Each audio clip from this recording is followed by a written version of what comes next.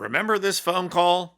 I only need 11,000 votes. Fellas, I need 11,000 votes. Give me a break. Well, today it just came up and bit Trump right in the ace. Trump is already toast over the release of emails from the Epstein estate, and even his own MAGA base is trolling him on his own social media platform. Now he's about to get burned even more, so stay tuned because the news out of Nevada and Georgia is going to look like General Sherman just marched through the White House. Until the release of emails, Trump thought he could inoculate himself against the Epstein scandal by getting Ghislaine Maxwell to lie for him in exchange for a pardon. So with Trump having weaponized the Department of Justice, neutralized the legislature, and co-opted a corrupt Supreme Court, the only check remaining on his power is state judiciaries, and 2 states just delivered. Politico is reporting that just yesterday, the Nevada Supreme Court revived the criminal case over the Trump fake elector scheme. And the beauty of it is that the 6-0 decision comes just days after Trump pardoned these defendants for any potential federal crimes related to the 2020 election. Well, that protection doesn't extend to the state election crimes they committed.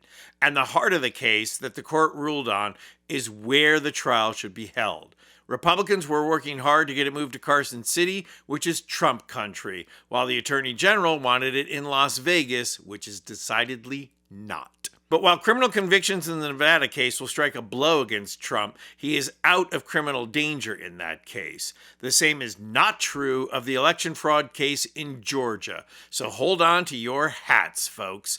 Just this morning, the state of Georgia announced that the election interference case against Trump and others is going forward.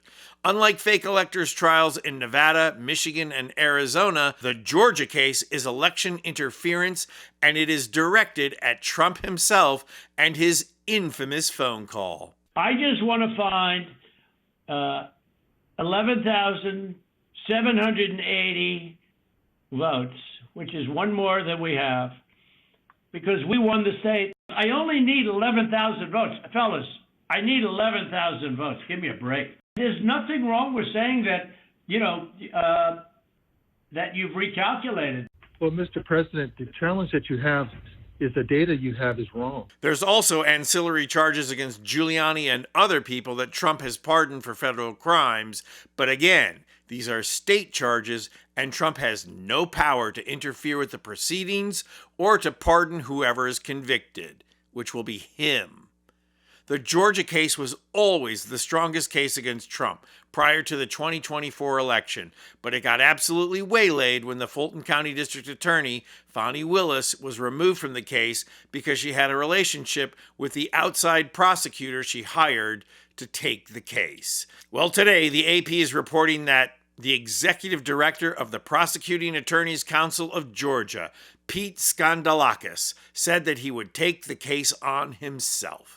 Several prosecutors were contacted, and while all were respectful and professional, each declined the appointment.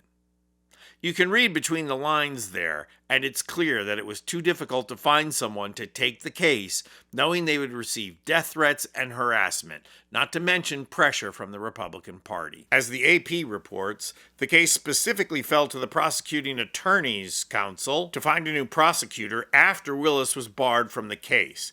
Skandalakis said he could have let the deadline pass or told the court no prosecutor was available, which would have led to the case's dismissal. But he decided that wasn't the right course of action. The public has a legitimate interest in the outcome of this case, he wrote. Accordingly, it is important that someone make an informed and transparent determination about how best to proceed.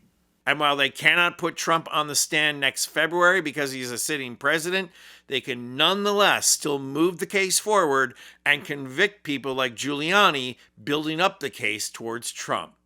And then, the second that Trump is not president, they can put him on trial. First, of course, they have to put him in handcuffs and throw him in jail. Now that is karma. I'm Anthony Vincent Gallo for Occupy Democrats. And if you like this video, please hit the like button and subscribe to our channel. You'll not only help out our channel, you'll be taking concrete action and helping get rid of Trump and the MAGA movement who ushered him in.